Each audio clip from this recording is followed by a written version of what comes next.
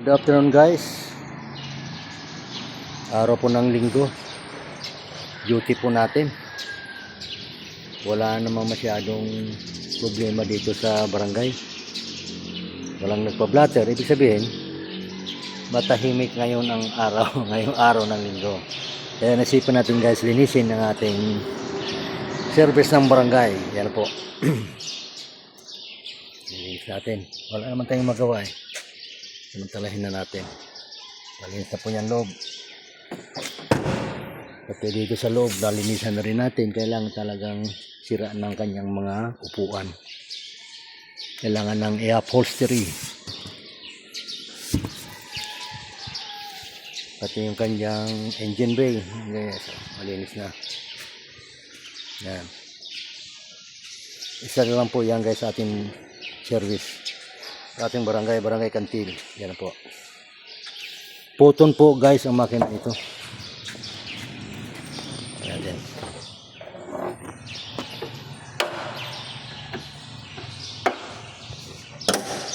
Salamat GSM dahil ikaw ang naging katuwang ko sa aking paglilingkod sa barangay.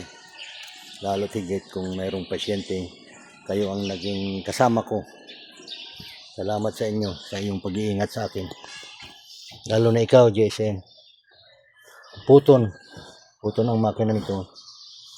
Mapakalapan man, dito lang sa Rojas, Hinamalayan, ito ang kasama ko sa pag-responde at paghatid ng mga pasyente alinman sa mga hospital dito sa Rojas Oriental, Mindoro.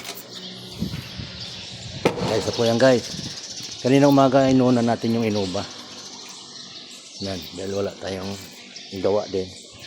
Yan, malinis na po yan guys. Pati interior niyan. Yan, malinis yan guys. Nilinis ko na yan. Guys, oh, naiiwan yung tubig.